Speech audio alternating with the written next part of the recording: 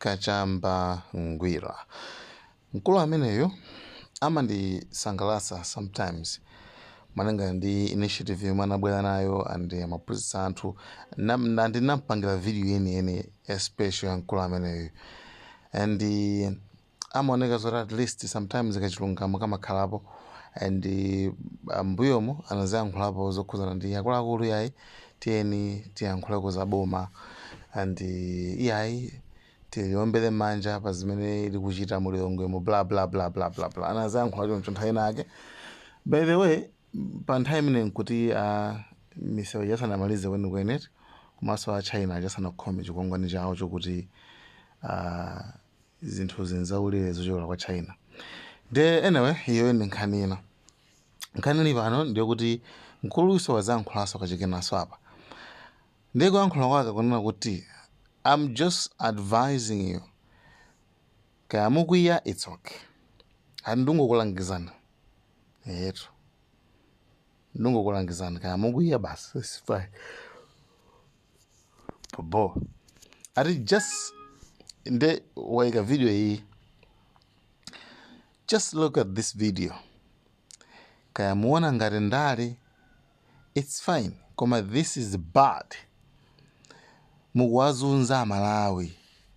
They don't deserve this abale. Akuti ya Malawi they don't deserve this one. Sakufunika kuti azikumandi zinthu ngati zizi Malawi. Muwazunza. Your poor expenditure plans on forex.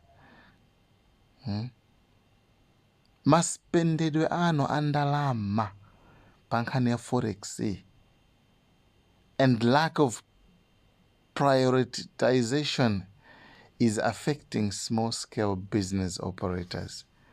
Komanso kusowekera po panga prioritize chizunguru panet. Kutenga chinthu chofunikira kuchika patsogolo. Lack of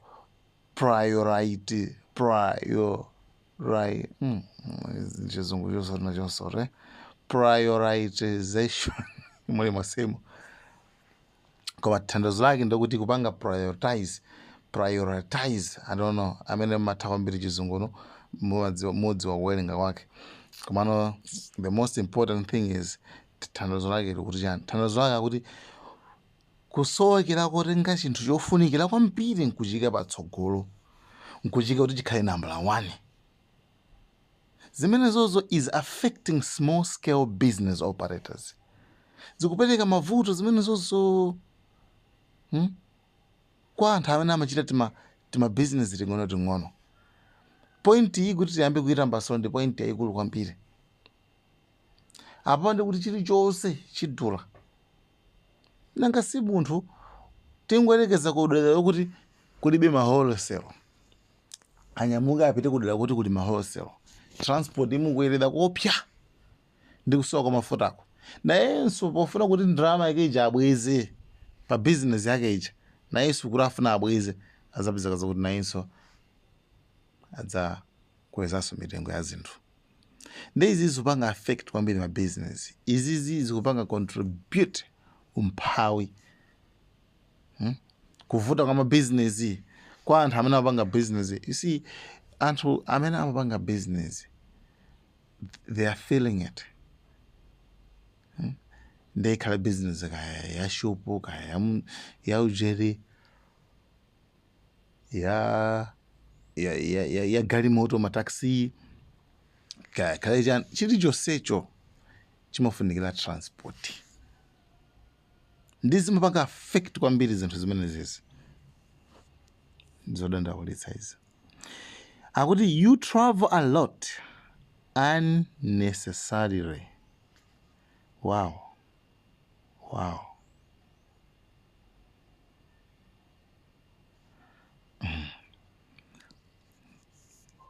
Akuti mmayenda kwambiri zinosafanikirira ichichi sikuti iye akupangira ndale mmene ankhula pa musiza ndale izi koma nukufanira nkhula ilungama akuti you travel a lot unnecessarily mmayenda kwambiri kuchuka kupita kugandika mwendo njira komano zimenezozo and live luxurious life. Etu chizungu sichathu ichi ngakhale kuti alemba live yake osiya uja live iyo osiya. Okay, anyway palibe vuto as long as tamva meaning yake kuti afana na kuti chani. Nde mmakhala umoyo wa luxurious life ndodi umoyo wojibwana. Umoyo wojibwana boss. Zimagalimoto zodula, zimasuti zodula, umoyo wa chanchana. Imakhala luxurious life before time. Nthawi yonse nafiki. Nanga munthu ka business waungamba pang'ono wakaka business kang'ono.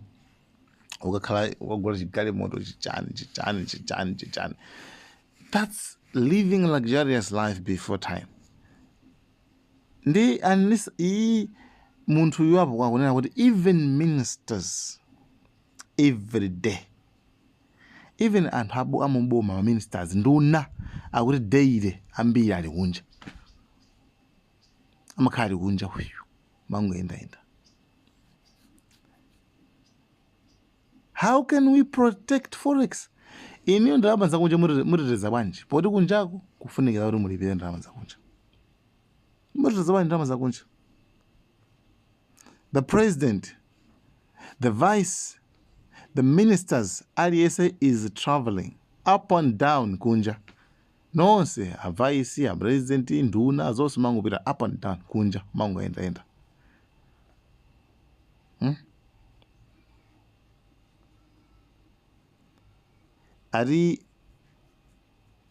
This is not right, my people. This is osizabwino. Every month international trip.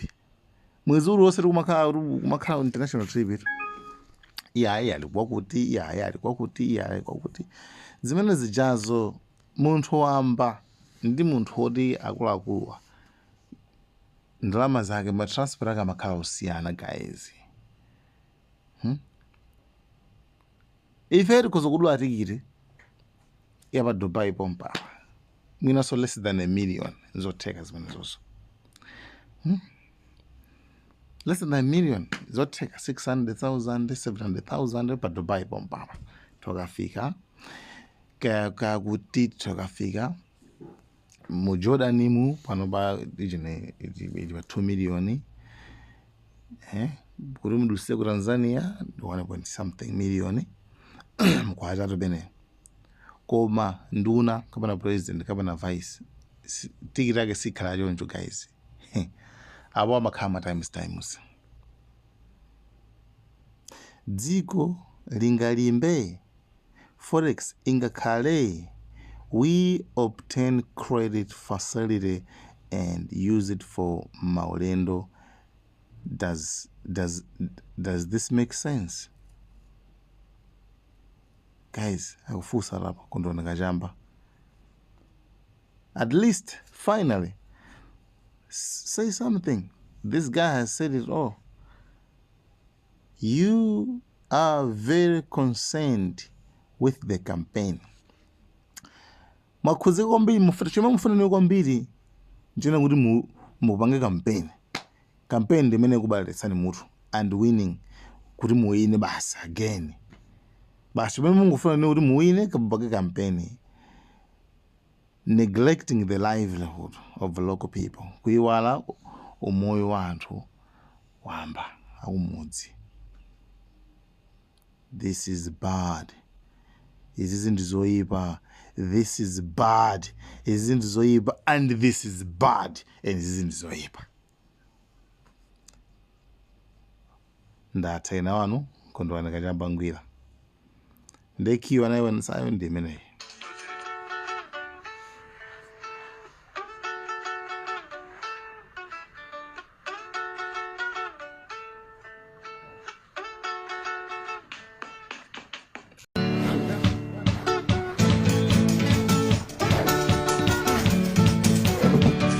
Doze,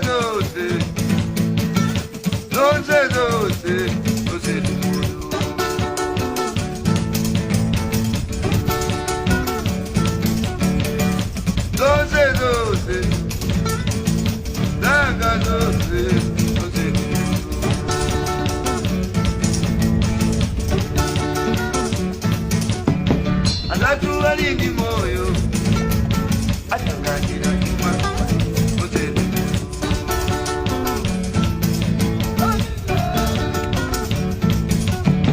azatu alindi moyo. Like, share, Malawian cameras, right.